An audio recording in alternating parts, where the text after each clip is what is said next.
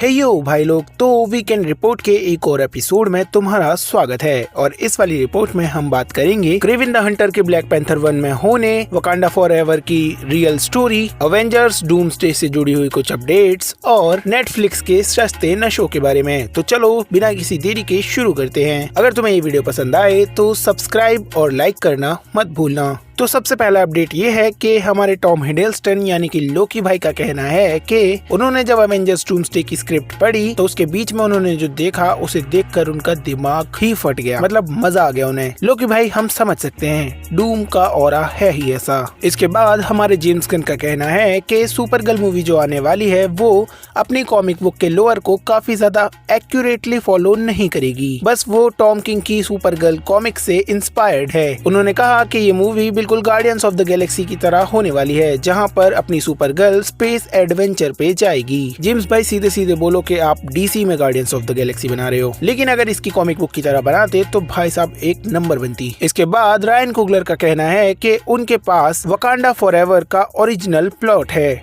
यानी कि ये movie T'Challa AKA Chadwick Boseman के साथ कैसे उन्होंने सोची थी वो। तो जरा ध्यान से सुनो, इस मूवी में हमें हमारा टिचाला और उसका बेटा यानी कि छोटा टिचाला देखने को मिलता, जो कि एक ट्रायल ऑफ 8 नाम की एक रस्म करते, जिसमें बाप और उसका बेटा दोनों ही जंगल में जाते 8 दिनों के लिए, जिसमें वो दोनों ही किसी तरीके के टेक को यूज नहीं कर सकते थे। और इस रस्म के दौरान बेटा अपने बाप से कुछ भी पूछ सकता था, और इन्हीं 8 दिनों के दौरान नेमोर वकांडा पर हमला कर देता। भाई साहब कसम से देखने में बहुत मजा आता जब टिचाला और उसका बेटा साथ मिलकर नेमोर से लड़ते। और ऐसा भी बिल्कुल नहीं है कि वो दोनों अलग हो जाते, क्योंकि अगर वो दोनों अलग हो जाते तो वकांडा का ये वाला रिचुअल टूट जाता।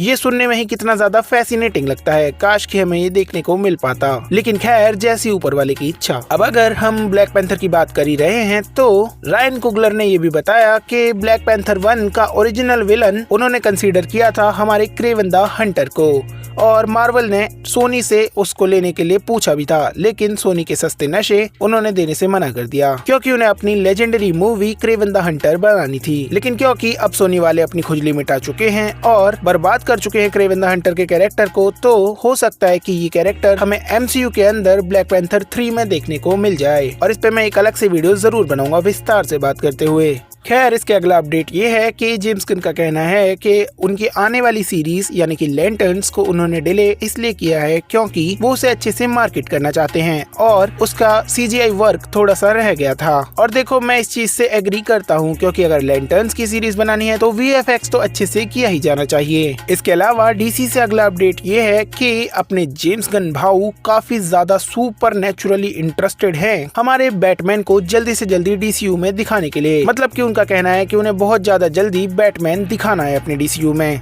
उनका बस चले तो वो मैन ऑफ टुमारो के अंदर ही बैटमैन का एक सीन डाल दें, और इसे कहते हैं जॉब जाने की फ्रस्ट्रेशन। वैसे भी वार्नर ब्रदर्स के खराब दिन चल रहे हैं, तो जल्दी से बैटमैन को कास्ट कर लो। तो तुम 80% ये चीज कंफर्म समझो कि हमें मैन ऑफ टुमारो के अंदर बैटमैन देखने को मिल जाएगा। फिर इसके बाद नेटफ्लिक्स और WB की जो डील है वो पूरी तरह से कंफर्म हो चुकी है। शायद नेटफ्लिक्स ने ये कंफर्म कर दिया है कि वो WB की मूवीज, खासकर DC मूवीज को थिएटर में रिलीज करेंगे, लेकिन सिर्फ 17 दिन के लिए, क्योंकि उनका मानना है कि 17 दिन में मूवी अपना 75% बिजनेस कमा लेती है, और 17 दिन के बाद ही वो मूवी तुम्हें नेटफ्लिक्स पर देखने को मिल जाएगी। और मैं WB से अभी भी कहना चाहूंगा, देखो बहुत ज्यादा घाटे का सौदा कर रहे हो तुम लोग, क्योंकि अगर ऑडियंस को पता ही रहेगा कि 17 दिन यानी कि 2 हफ्ते के अंदर हमें ये मूवी ऑनलाइन देखने को मिलेगी, वो भी क्लियर क्वालिटी में, तो वो क्यों ही देखने जाएंगे। वैसे भी आधी से ज्यादा ऑडियंस इतनी हरामजादी है कि वो पायरेटेड वर्जन देखते हैं फोन में डाउनलोड करके मूवी का, तो जब उन्हें पता ही रहेगा कि 2 हफ्ते में ये मूवी फोन पर ही आ जाएगी तो वो क्यों जाएंगे थिएटर में। खैर इसके अलावा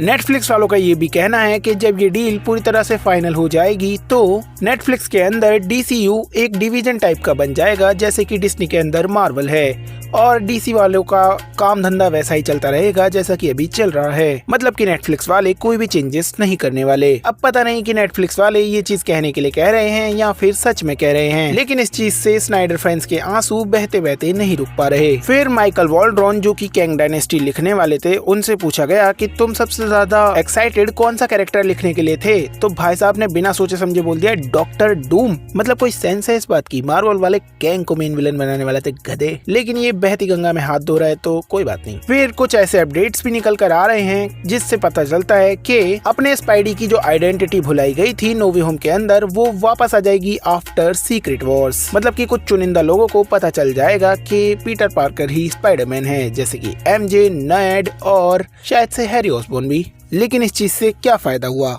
क्या फायदा हुआ नो वे होम में इतनी सारी गड़बड़ करके? मैं इस चीज के पक्ष में नहीं हूँ, क्योंकि अगर तुम स्पाइडरमैन को रुला रहे हो तो फिर ढंग से रुलाओ। खैर, इसके अलावा मार्वल वालों को डस्टिन डैनियल क्रेटन का काम इतना ज्यादा पसंद आ गया स्पाइडरमैन के साथ कि भाई को स्पाइडरमैन की 2 मूवीज का और ज्यादा कॉन्ट्रैक्ट मिल गया। मार्वल वालों ने उनसे कहा कि आने वाली 2 मूवीज यानी कि ये पूरी ट्रिलॉजी तुम ही बना दो, और हो सकता है कि शैंग-ची की आने वाली ट्रिलॉजी भी वही बनाए, तो भाई के पास तो पैसा ही पैसा होगा। फिर अगला अपडेट ये है कि मार्वल वालों ने रिलीज कर दिया है अपने वंडर मैन का अगला ट्रेलर।